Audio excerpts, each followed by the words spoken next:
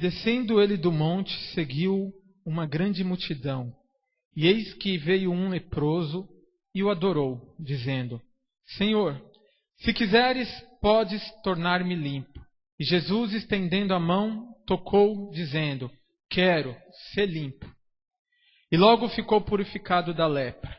Disse-lhe então Jesus: Olha, não digas a alguém, mas vai, mostra-te ao sacerdote e apresenta a oferta que Moisés determinou para lhe servir de testemunho.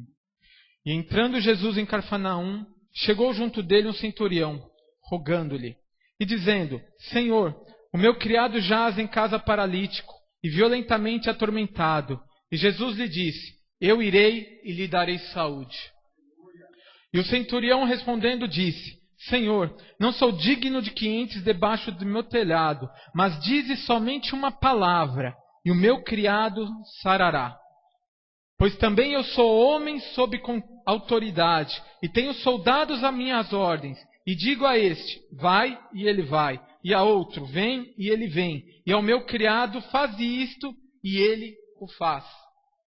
E maravilhou-se Jesus ouvindo isso, e disse aos que o seguiam: Em verdade vos digo que nem mesmo em Israel encontrei tanta fé. Mas eu vos digo que muitos virão do Oriente e do Ocidente e assentar-se-ão à mesa com Abraão, Isaque e Jacó no reino dos céus. E o filho do reino será lançado nas trevas exteriores. Ali haverá pranto e ranger de dentes. Então disse Jesus ao centurião: Vai, e como creste seja feito. E naquela mesma hora o seu criado sarou. E Jesus, entrando em casa de Pedro, viu a sogra deste jazendo com febre.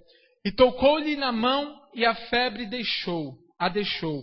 E levantando-se, e serviu-os. E chegada a tarde, trouxeram-lhe muitos endemoniados. E com a sua palavra, expulsou deles os espíritos, e curou todos os que estavam enfermos, para que se cumprisse o que fora dito pelo profeta Isaías, que diz: Ele tomou sobre si as nossas enfermidades e levou as nossas doenças.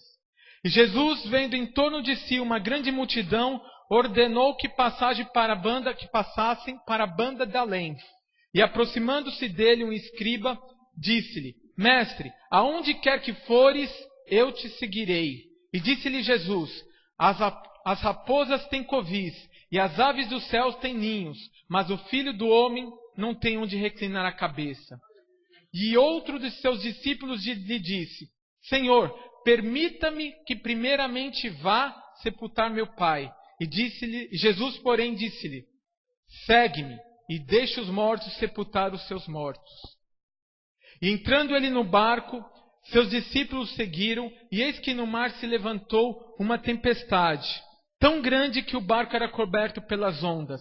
Ele, porém, estava dormindo. E os seus discípulos, aproximando-se, os despertaram, dizendo: Senhor, salva-nos que perecemos. E ele disse-lhes: Por que temeis, homens de pouca fé? Então, levantando-se, repreendeu os ventos e o mar, e seguiu-se uma grande bonança. E aqueles homens se maravilharam, dizendo: Que homem é este, que até os ventos e o mar lhe obedecem? Aleluia, Jesus. Nessa hora, irmão, eu quero que aqueles que sentirem um desejo no coração, ore comigo nesse momento.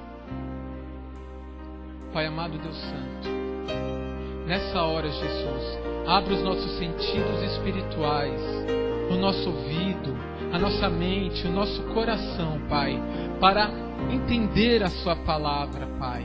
Que o Seu Santo Espírito venha ministrar, Senhor, em nossos corações, Pai, aquilo que Tu queres que aprendemos nessa noite, Senhor amado, para que a nossa carreira cristã, Senhor Jesus, seja como Tu queres, Pai, na Sua presença, ouvindo e aprendendo de Ti, Senhor amado.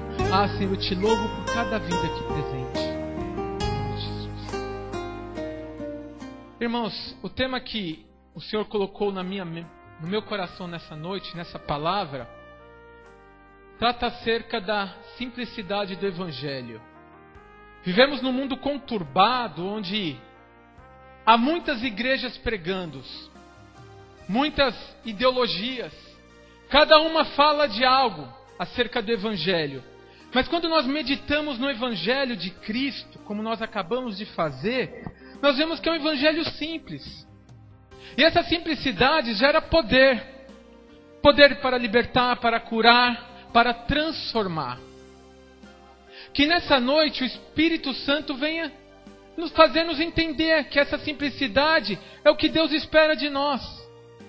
Não precisamos de nenhum tratado de teologia para conversar com o Senhor. Precisamos apenas de um coração sincero diante do Pai. De um coração que esteja atento à palavra do Senhor. Que nessa noite o Senhor possa falar conosco.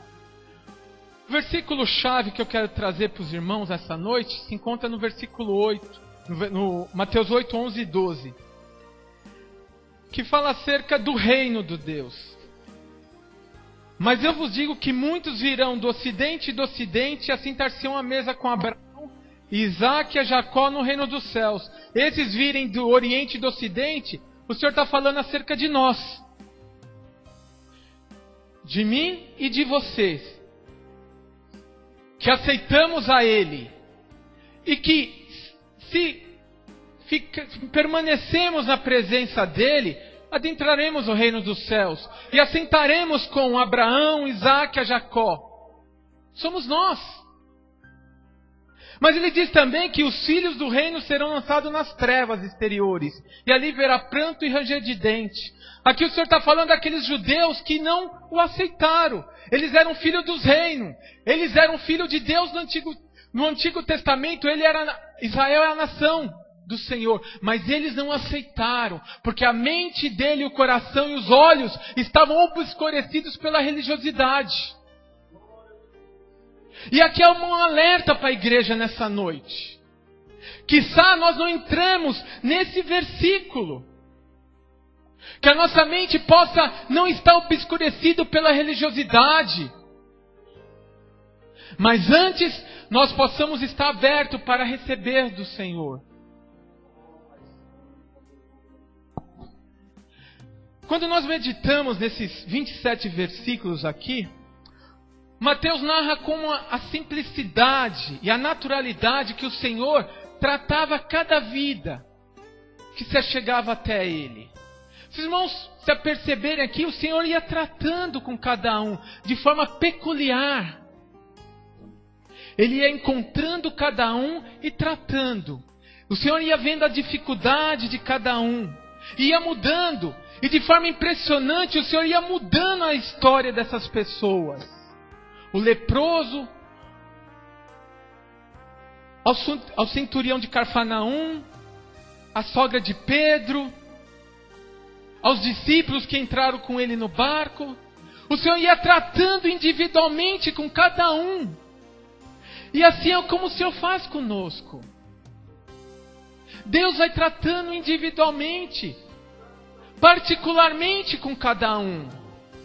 Apesar de estarmos aqui coletivamente, mas o Senhor vai sondando cada coração nessa noite.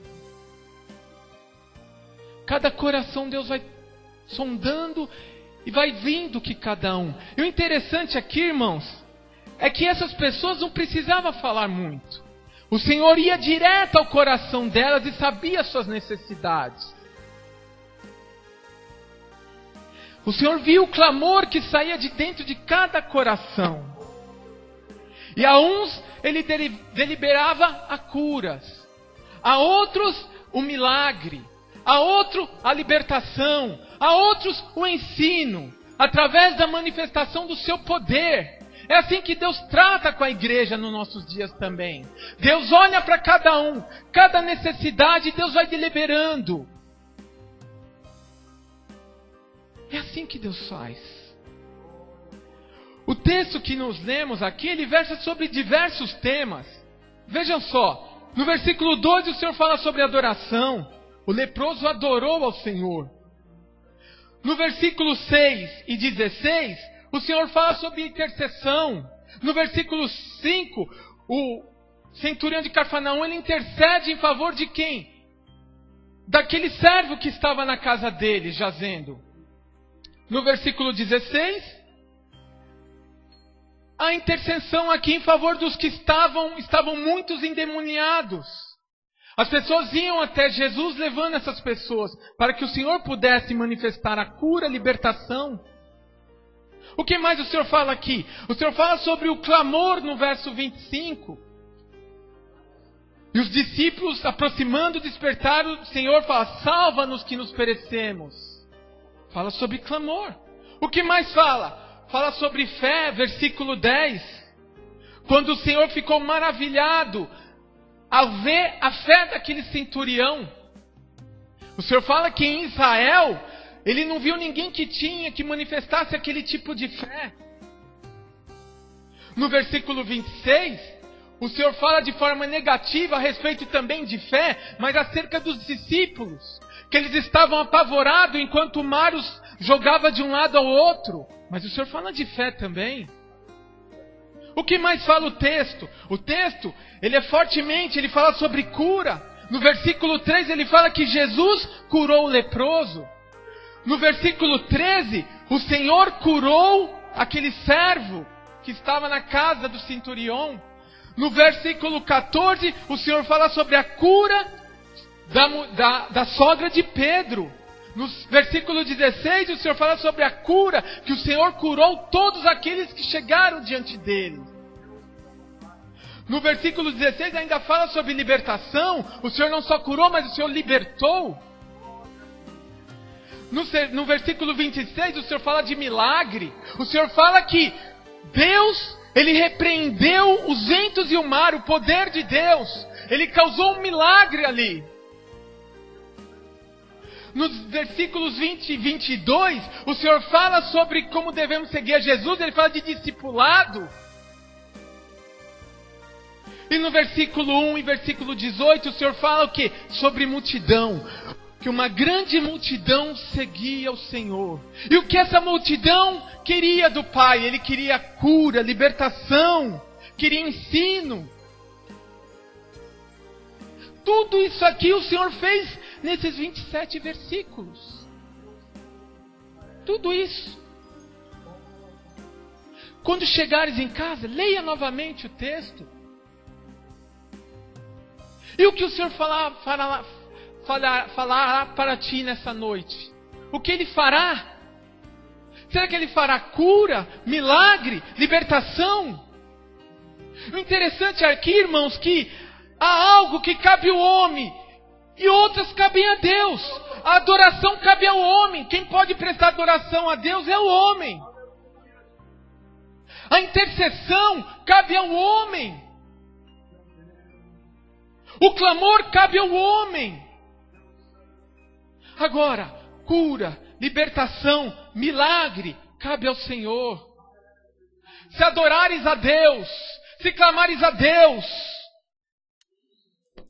Deus derramará fé em teu coração. Porque a fé é um dom de Deus. A fé é um dom de Deus. A Bíblia assim nos diz, a fé é um dom de Deus. Deus derramará fé em seu coração. Brotará cura, libertação, milagre. Então, irmãos, em cima de tudo isso que eu falei para os irmãos e o que a palavra do Senhor nos diz, o que mais fala a palavra do Senhor? O que esses textos, que esses 27 versículos podem fazer na minha vida e na sua vida aqui nessa noite? Em que se encaixa em seu projeto de vida o Evangelho de Cristo? Aonde você tem colocado na sua vida o Evangelho? Essa é a grande questão que fica nessa noite. Essas pessoas aqui que foram abençoadas por Deus no encontro com Jesus, cada um recebeu do Senhor aquilo que lhe faltava. E o Senhor? O que te falta no seu coração hoje, nessa noite? Essa é a pergunta que o Senhor faz. O que te cabe? O objetivo aqui da nossa vida cristã é se chegar diante do Pai e entrar no reino celestial, no reino dos céus, se assentar com Abraão, Isaque e Jacó. Esse é o objetivo da carreira cristã. Tudo que o Senhor pode fazer, Ele já fez na cruz do Calvário. Agora Deus deixa uma decisão para nós. O que a palavra do Senhor se encaixa na sua vida?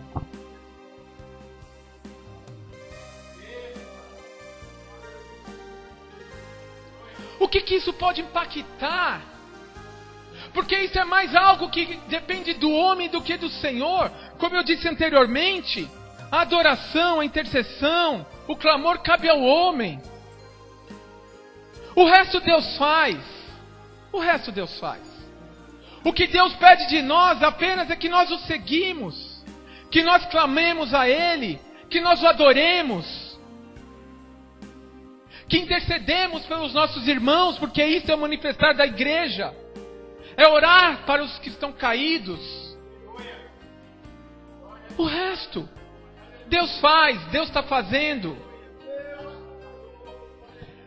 Mas ainda o Senhor quer falar conosco que nesse texto o Senhor fala sobre 6 ensinos que o Evangelho produz na vida do homem. O primeiro deles é o Evangelho, ele produz o desejo de inclusão. Nós vemos falar muito na mídia sobre inclusão digital, né? E o que é isso? É pegar as pessoas e fazer com que elas estejam o quê? Atualizadas com a tecnologia do tempo presente. Elas possam o quê? Ir à internet, que elas possam se conectar com seus parentes que estão distantes, que elas possam se comunicar. E no Evangelho, como entra a inclusão no Evangelho? O verso 2, ele fala sobre isso. Eis que veio um leproso e adorou, dizendo: Senhor, se quiseres, pode tornar-me limpo.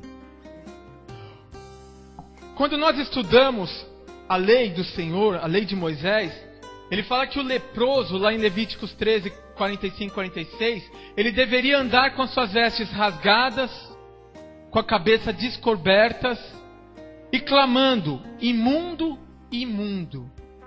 E se não bastasse isso ainda, no versículo 46 ele fala que esse mesmo leproso, quando diagnosticado, ele deveria ser retirado do meio do arraial e ser colocado num lugar deserto.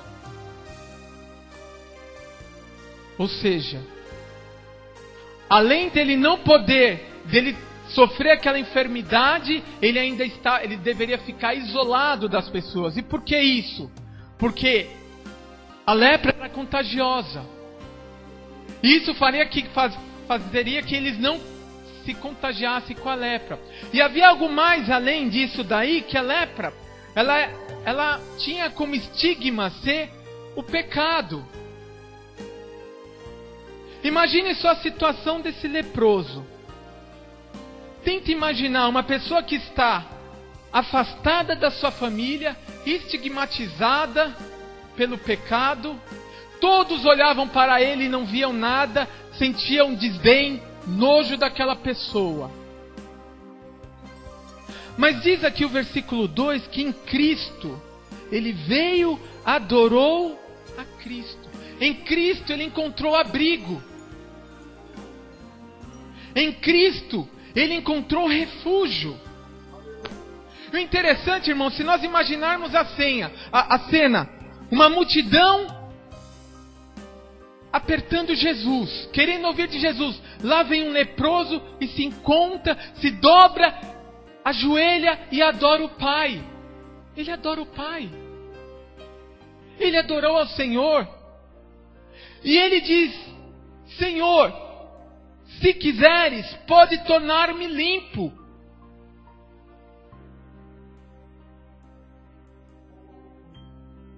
É paradoxal isso, porque ele estava estigmatizado, a sociedade o rejeitava, e mesmo assim ele se colocou diante do Pai, colocou diante do Pai a sorte dele. Senhor, se tu quiseres, pode me tornar, se tu quiseres. Se tu quiseres. E o Pai que diz, Jesus estendendo a mão tocou dizendo: quero ser limpo. Quero ser limpo. Jesus viu aquele clamor. Deus Em outra passagem, o Senhor fala que ele teve compaixão. Jesus teve uma compaixão de tudo aquilo que ele estava sentindo, do que aquele homem estava sentindo. E o Senhor olha para ele: eu quero ser limpo. Aqui o Senhor traz não apenas a cura, mas o Senhor traz a inclusão dele no meio da sua família, do povo. O que Jesus, aqui a cura foi importante sim, mas o Senhor trouxe dignidade àquele homem. Ele pôde estar diante dos seus familiares, agora ele pode estar. Por quê? Porque o Senhor Jesus tocou nele. E o Senhor fala: o que tu queres nessa noite? O Senhor olha o coração do homem.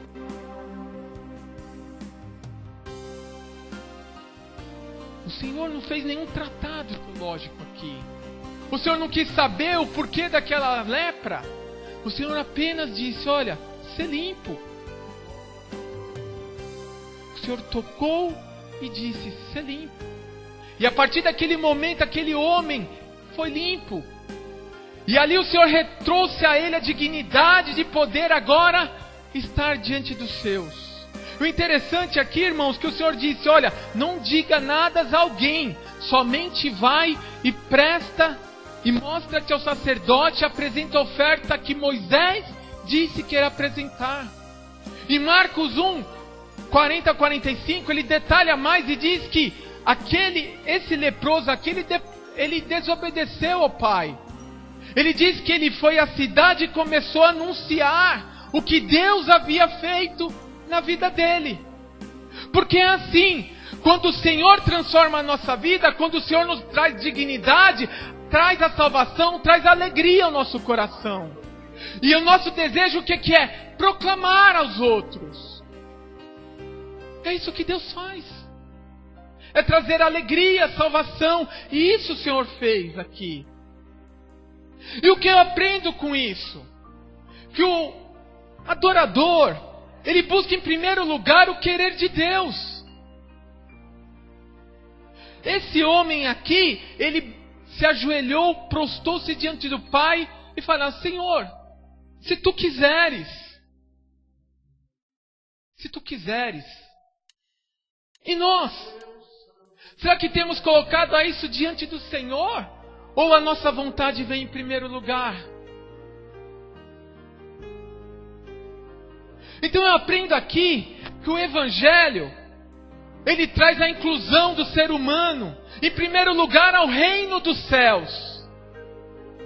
O homem estava separado de Deus, e através de Cristo, ele pode estar agora incluso no reino dos céus, com a dignidade de ser chamado filho do Pai. Eu não sei, irmãos, quem vai subir, mas eu sei que quem subirá é um adorador. É um perfeito, um verdadeiro adorador. Assim como esse leproso. Ele adorou o Pai. E o Pai falou: olha, eu quero ser limpo. O que tu queres essa noite? Coloque diante do Pai. Aleluia. O que mais aprendemos com essa palavra nessa noite? O Evangelho, ele produz o desejo de intercessão. É impossível, irmãos, estarmos diante do Pai, dizermos que somos cristãos e não sentimos o desejo de interceder pelas pessoas, pelas almas. É impossível, irmãos. É impossível. Se não há esse desejo em nosso coração, então algo está errado com a nossa espiritualidade. No verso 5, e entrando Jesus em Cafarnaum, chegou junto dele o centurião rogando-lhe e disse-lhe: Senhor, o meu criado jaz em casa paralítico e violentamente atormentado. Aqui o escritor, ele diz rogando, intercedendo a Jesus que o Senhor pudesse curá-lo. No verso 14 de Lucas, aqui, no verso 14 aqui, Jesus entrando em casa de Pedro viu a sogra desse jazendo com febre. Em outro texto, em Lucas, falando acerca disso também, Lucas 4:38, Lucas fala que os que estavam ali, eles rogaram a Jesus, os irmãos podem ver lá, para que Jesus curasse a sogra de Pedro. Então a intercessão é algo que tem que estar dentro do nosso coração. E isso faz com que Deus se agrade de nós.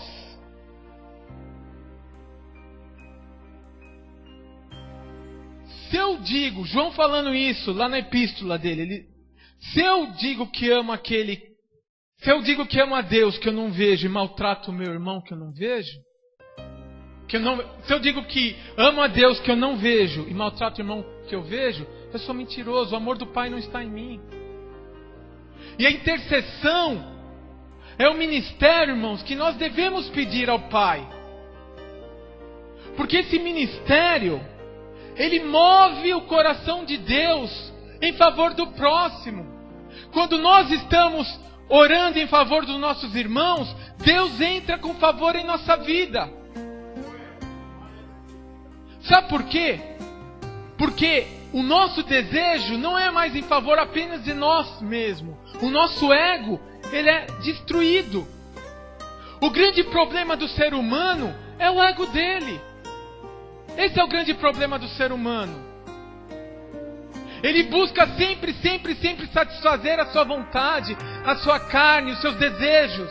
Mas a partir do momento que eu me encontro com o Pai, com Jesus Cristo, Ele me ensina que o meu desejo não é mais... O meu desejo Ele cumpre. Mas a partir do momento que eu me entrego na obra dEle, a partir do momento que eu me entrego em orar em favor das vidas, é isso que o Evangelho nos ensina.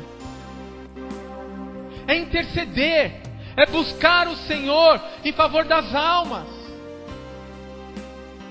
Porque enquanto eu estou fazendo isso, Deus tem cuidado de mim, Deus tem cuidado da minha família.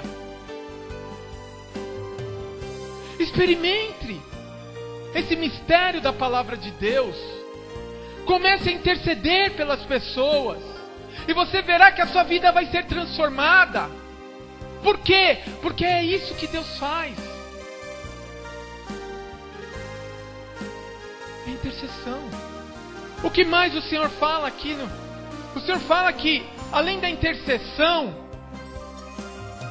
no versículo 16, Ele fala que, chegada a tarde, trouxeram-lhe muitos endemoniados, e com ele,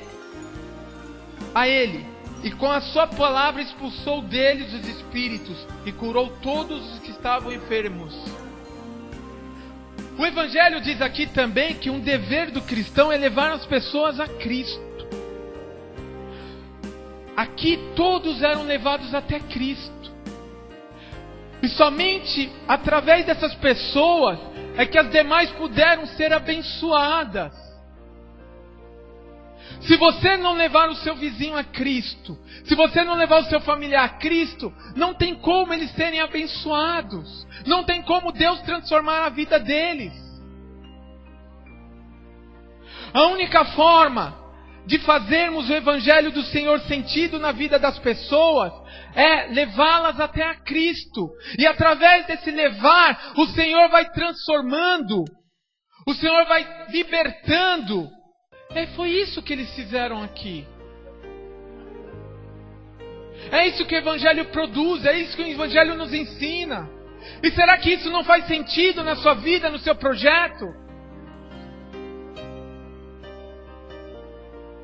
O que mais o Senhor nos ensina aqui? O Evangelho, ele produz a fé perfeita.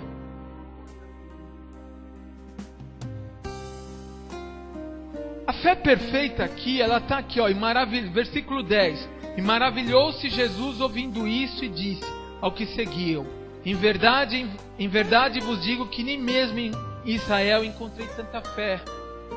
O Senhor falou isso aqui acerca daquele centurião. E algo interessante aqui, irmãos, que aquele centurião, ele não era filho do reino. Ele não era judeu. Ele era gentil. Mas Cristo viu o coração dele e encontrou fé perfeita. E aonde foi a fé perfeita aqui? Olha só o versículo 7. Versículo 6. E dizendo o Senhor, o meu criado jaz em casa paralítico e violentamente atormentado. Isso o centurião falou acerca do criado dele. E Jesus lhe disse: eu irei e lhe saúde. O desejo de Cristo era ir ao encontro daquele criado. Eu irei e lhe darei saúde. Que privilégio que o Senhor faria aqui. Mas o centurião respondendo falou, olha o versículo 8.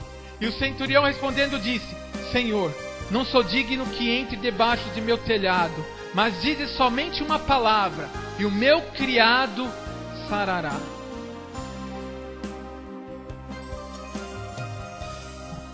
Para aquele centurião, apenas a palavra de Deus, uma só palavra do Senhor era o suficiente. Não precisava Jesus ir até a casa dele, porque ele achava indigno que o Senhor entrasse dentro da casa dele.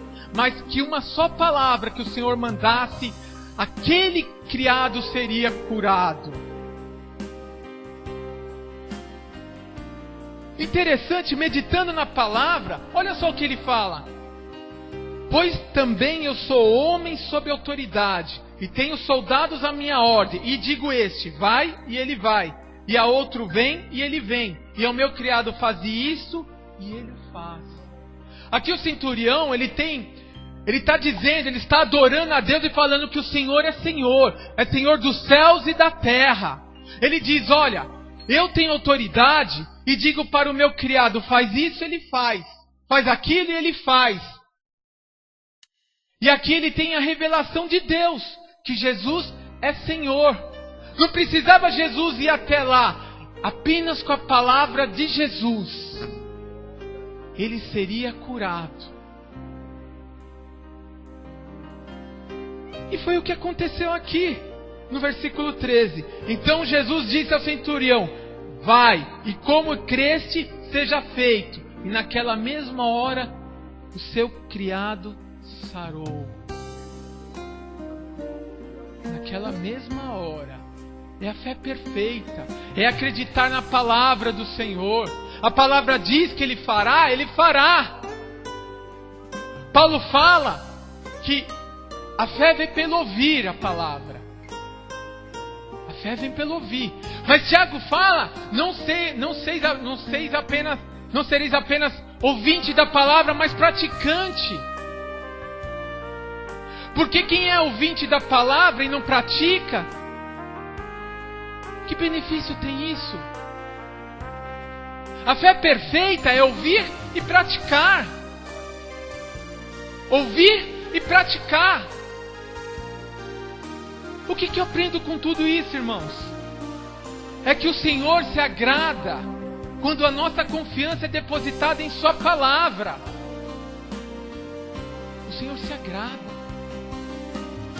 quando nós depositamos a nossa vida, a nossa confiança dos nossos familiares na palavra do Senhor. O Senhor se agrada disso. E Deus age em nosso favor.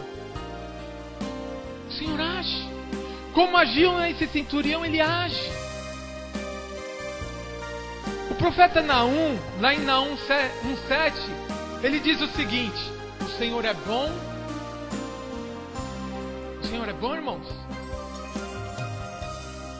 Uma fortaleza no dia da angústia. Quantos aqui já puderam provar dessa palavra? Quantos aqui já entraram em angústia e entraram na presença do Senhor e sentiram a mão do Pai? Quantos aqui já puderam provar disso? Dessa palavra do Senhor? O Senhor é bom. Uma fortaleza no dia da angústia. E Ele completa. E conhece os que confiam nele. Ele conhece a todos aqueles que confiam nele. Ele conhece. Mas para termos isso, para termos essa experiência, é necessário o quê? A entrar a esse refúgio. Como vamos ter experiência do Pai, de Deus, se nós não entrarmos? Se nós não confiarmos na palavra do Senhor? E como confiarmos na palavra do Senhor se nós não meditarmos na palavra do Senhor?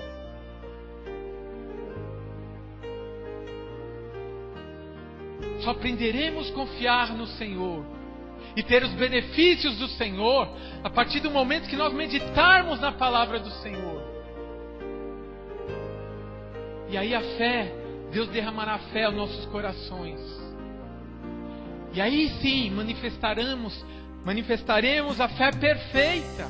O Evangelho, ele produz a fé perfeita. É tudo pelo Evangelho de Cristo. Queres fé perfeita? Medite na palavra do Senhor. Se coloque na presença do Senhor. Entre na presença do Pai, nessa fortaleza chamada Cristo. Todos aqueles que entraram nessa fortaleza, nenhum foi desapontado. Assim essa Escritura nos garante, irmãos. Todos foram revigorados na presença do Pai. O que mais fala a palavra do Senhor? O Senhor nos ensina. Ele nos ensina acerca de como nós devemos servi-lo. É o discipulado.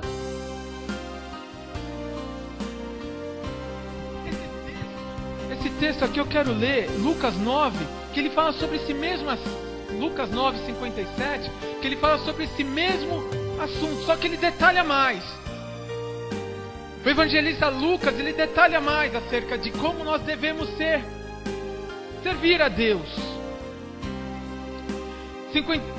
Versículo 57. E aconteceu que indo eles pelo caminho, lhe disse um: Senhor, seguir-te-ei para onde quer que fores. E disse-lhe Jesus: As raposas têm covis, e as aves do céu ninhos, mas o Filho do Homem não tem onde reclinar a cabeça. Sabe o que Jesus está falando aqui? A essa pessoa, o Senhor está falando que com Ele não tem troca, não tem barganha.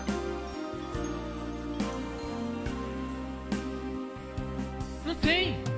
Muitos querem seguir a Jesus por aquilo que Ele pode dar. Mas Ele diz aqui, olha, as raposas têm covis, as aves do céu ninho, mas o Filho do Homem não tem onde reclinar a cabeça. O que eu tenho, o que Jesus está falando, o que eu tenho para dar a ti, não são coisas materiais. Eu posso até te dar e abençoar, mas esse não é o propósito, esse não é o objetivo. O objetivo é eu te levar para perto de mim. E Jesus, Ele é sincero aqui. Ele não vem prometendo nada. Ele diz, olha, eu não tenho nada, eu não tenho onde reclinar a minha cabeça. As raposas têm, as aves têm ninho, mas eu não tenho onde reclinar a cabeça. Mas se tu queres me seguir, venha. Queres seguir ao teu Senhor, venha. Não tem barganha. Aquilo que eu te der, Jesus falando, que eu te der é para a glória do meu Pai.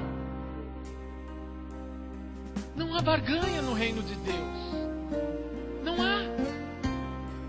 Muitos pregam sobre isso. Muitos induzem a isso.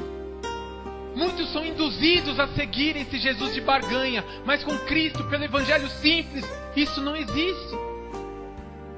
Não existe. E todos aqueles que entram nesse caminho, todos são frustrados. Todos são frustrados. Porque o Evangelho do Reino é o Evangelho de alegria, paz e gozo no Espírito. Não é o Evangelho de carro, mansão. Não, é o Evangelho de reino. O reino dos céus é gozo, paz no Espírito. Se tu queres isso, Venha para o reino dos céus. E o que mais o Senhor fala acerca fala mais acerca? E disse outro, versículo 59, segue-me. Mas ele respondeu, Senhor, deixa que primeiro eu vá enterrar meu pai. Mas Jesus lhe observou, deixa os mortos enterrar os seus mortos, porém tu vai e anuncia o reino de Deus. O que Jesus está falando aqui é que o discípulo de Cristo verdadeiro é aquele que tem um desejo de anunciar o reino de Deus. Ele diz, mas Jesus observando, deixa os mortos enterrar os seus mortos, porém tu vai e anuncia o reino de Deus. O que Jesus está falando aqui não é para nós abandonarmos os nossos familiares, mas é para nós não nos apegarmos a tal ponto de deixar a obra do Pai. O Senhor tem cuidado dos nossos familiares. Quando eu aprendo a confiar na palavra do Senhor e começo a anunciar o Evangelho, é o que Deus quer, é o reino de Deus. Nós somos chamados para proclamar o reino dos céus, o reino de Deus. E o que mais o Senhor fala aqui? Disse também outro, Senhor, eu te seguirei, mas deixa-me despedir primeiro do que estão em minha casa. E Jesus lhe disse, ninguém que lança a mão do arado e olha para trás é apto para o reino de Deus. O Senhor está falando aqui que o verdadeiro discípulo, ele não retrocede. Ele não retrocede. Ah, mas eu fui para a casa do Senhor e agora estou triste e vou abandonar. Fiquei magoado com o que alguém me falou, com o que o irmão me disse, e agora vou deixar a casa do Pai. Quanto, irmãos? Quantos se decepcionaram com o homem e deixaram o Pai? Retrocederam. Largaram o Senhor por causa do homem. Mas o Senhor fala aqui, olha, ninguém que lança a mão do arado e olha para trás é apto para o reino de Deus. Foi Deus que te chamou. O Senhor Jesus morreu por ti e por mim. Não foi o irmão, não foi o pastor, não, foi o Senhor que te chamou. É Ele que te guia, é Ele que te consola. E se tu creres nisso, o Senhor te reconduz à presença dEle. As mágoas, as decepções, elas virão no nosso caminho. Mas o reino de Deus, ele é conquistado à força. Em meio às tribulações, às tristezas, ele é conquistado à força.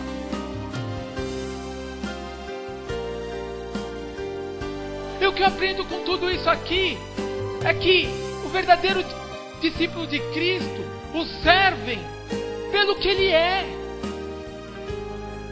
pelo que Ele fez na cruz do Calvário, pela salvação, não por aquilo que Ele pode te dar, é pelo que Ele é. O Evangelho me ensina isso. Queres servir a Cristo? Entre dentro desses atributos, não faça barganha com o Pai. Anuncie o reino de Deus. Não retroceda. Porque o objetivo maior é entrar junto com o Pai. É cear com o Pai lá no céu.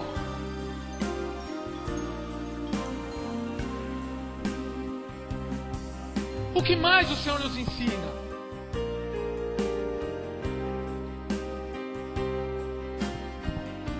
Dos versos 26 do 23 ao 27. E entrando ele no barco, seus discípulos seguiram. E eis que no mar se levantou uma tempestade, tão grande que o barco era coberto pelas ondas. Ele, porém, estava dormindo. E os seus discípulos, aproximando-se, o despertaram, dizendo: Senhor, salva-nos, que perecemos. E ele disse-lhes: Por que temeis, homens de pouca fé? Então, levantando-se, repreendeu os ventos e o mar, e seguiu-se uma grande bonança. O que eu aprendo aqui, irmãos? É que andar com Jesus, ele não é somente ver o que Jesus faz no meio da igreja. Os discípulos deles, aqueles contemplaram todas as obras que Cristo tinha feito. Eles contemplaram tudo. O Senhor libertando, curando. Eles contemplaram tudo isso aí. Mas mesmo assim, quando eles foram colocados na prova, eles sentiram medo. Eles sentiram medo. Jesus estava no barco com eles, estava dormindo, e o mar revolto começou a jogar aquele barco de um lado para o outro. E ele chega diante do Pai: Senhor, nos salva, nos acude. E assim somos todas as vezes que nós somos apenas espectadores da obra de Cristo. Nós estamos na igreja, vemos as pessoas testemunharem do Senhor: o Senhor fez isso, o Senhor fez aquilo, mas nós mesmos a gente fica só olhando. Ficamos só olhando. Não entramos e não vivenciamos aquilo que Deus quer vivenciar. E Deus permite as tribulações para quê? Para que nós vivenciamos dia após dia o que Ele faz na nossa vida. Não é apenas teoria da palavra, mas é prática no dia a dia. É vivenciar a palavra do Senhor dia após dia. E isso aqui eles puderam vivenciar. Eles tinham apenas a teoria. Eles viam Cristo manifestar da graça de Deus em Cristo, curando, salvando, libertando.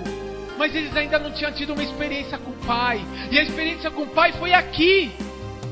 Eles estavam diante do mar, sendo jogados para um lado e para o outro. E eles clamaram ao Pai.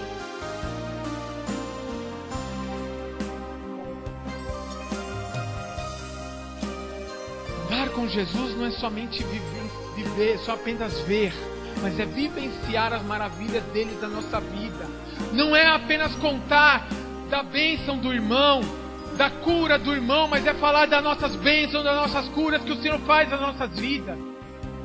É dar um passo. Fé é dar um passo na escuridão, é não saber o que vai acontecer do outro lado. Isso é fé. Mas é saber que o Senhor está conosco, em cada minuto, cuidando de nós.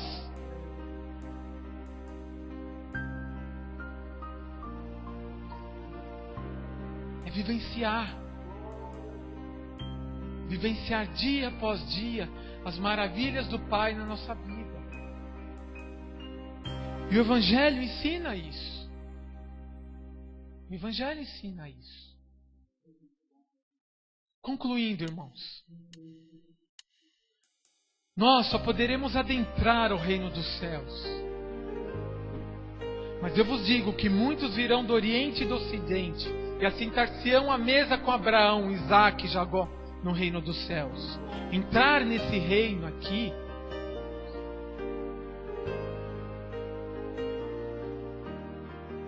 é entender a simplicidade do Evangelho. É compreender e vivenciar essa simplicidade do Evangelho dia após dia na nossa vida.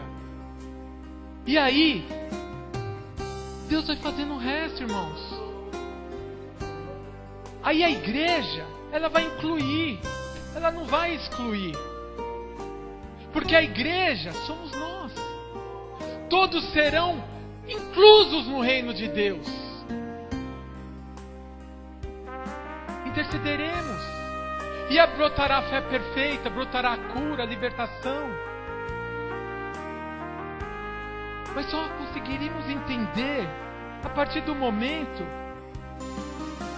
que nós adentrarmos, que nós entendermos a simplicidade do Evangelho. Aí vai brotar cura na nossa vida. As dúvidas não serão mais dúvidas, porque o Senhor as esclarecerá. Clama a mim e te responderei coisas grandes e firmes que não sabes. O Senhor falou isso ao profeta Jeremias. E fala isso conosco, clama a mim. E aí, quando nós adentrarmos dentro do Evangelho. E o Evangelho entrar na nossa vida. E aí sim Deus vai nos chamar de verdadeiro discípulo. Porque aí o Senhor não vai apenas nos chamar de servo, mas de amigos. Porque o Senhor fala, olha, já não te chamo mais de servo, o Senhor falando aos discípulos, eu te chamo amigos, porque o amigo é aquele que vai contar tudo. O amigo, ele conta, ele tem liberdade, e assim o Senhor nos trata de amigos. Mas se isso não ocorrer, irmãos, se o Evangelho não nos inundar e nos transformar, sabe o que vai acontecer? Vai acontecer o que Paulo fala lá na primeira carta de Coríntios 12:30, que existia ali muitos que estavam doentes. Vamos ler o texto lá, irmãos.